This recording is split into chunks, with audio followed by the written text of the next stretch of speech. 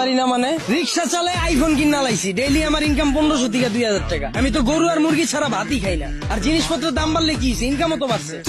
কিভাবে আবার কি, আগে রাস্তার এই মাথার থেকে ওই মাথায় গেলে 20 টাকা লইতাম, এখন লই 40 টাকা। ইনকামও বাড়ছে, জিনিসপত্রের দামও বাড়ছে। আগে তো পান্তা ভাতও জুটতো না, এখন তো গরু ছাড়া ভাতই খাই না। ওই বেটা, তুই কি নেশা করছস? নেশা করে এসব কথা কইতাছস? আমি 20,000 টাকা চাকরি কইরা না পারি খাইতে, না পারি ঘর ভাড়া দিতে, জিনিসপত্রের খালি দাম আর দাম। হালার ঘরে হালা, তুমি চাকরি করতে যে কাম করো 7 ঘন্টা, তোমার কি বেতন দিব 2 লাখ? যোগ্যতা নাই, আবার দোষ দাও সরকারের। তার মানে কি আপনি বলতে চাচ্ছেন সবাই জব বাদ দিয়ে রিক্সা চালাবে? অবশ্যই। আমি কি কইলাম, আমি তো গরু ছাড়া ভাতই খাই না। আমি সারাদিনে কাম করি 12 ঘন্টা। তা আমি গরু না খাইলে কি হয় গরু খাইবো? ওই বেটা, তুই তো অশিক্ষিত, তুই চাইলে রিক্সা চালাইতে পারবি। আমার ছোট ভাই অনার্স পাস কইরা রাস্তায় ঘুরে চাকরি পায় না, ওই চাইলে কি তোর মতো রিক্সা চালাইতে পারবো? হালার ঘরে হালা, মাস্টার্সের সার্টিফিকেট বাসায় ঝুলাই থুয়েছি, পুরা সে বাসা বানাইছে। তুই এসেছিস বেটা অনার্স লয়ে। আর শিক্ষিত হইছি কি হইছে? রিক্সা চালাইলে কি খারাপ? আর শিক্ষিত হইছি দেখে কি আমি রিক্সা চালাইতে পারবো না? বাবু মাইনছে কি কইবো? ওই বেটা, তোরা কি মাইনছে বাদ দিয়া যায়? আর হালার ঘরে হালারা, তোরা 2 দিন পর পর নাটক করো, সার্টিফিকেট পুরা এলাস। অনার্স মাস্টার্স পাস করছো টাল্টিবেল্টি করে, চাকরি পাবি কইতে? যারা পাওয়ার হেরা পায়, এরা নিজেরা ওইভাবে তৈরি করে। তোরা 10 লাখ বেকার ঘুরো স্কিল লিগা, সরকারের দোষ দা স্কিল লিগা। তোরা যখন বুঝছস যে তগরে দিয়া পড়ালে হইব না, করতে গেছিস কে জুরবিরা?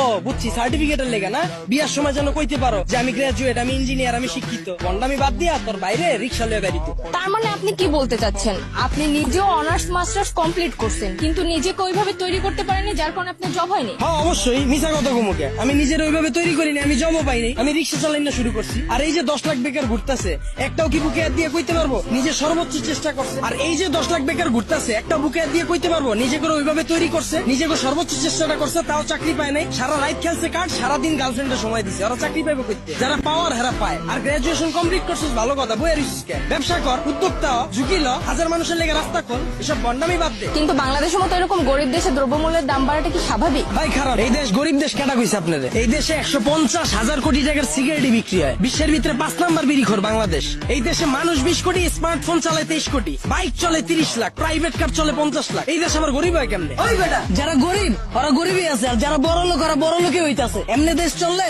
সবাই তো না খেয়ে মরবো। হালার ঘরে হালা, 1974 সালের পর থেকে এখন পর্যন্ত কেউ না খায় মরছে? তুই তো নিজের বুকে হাত দিয়া কইতে পারবি এখন পর্যন্ত কোনো একবেলা না খায় রইছস?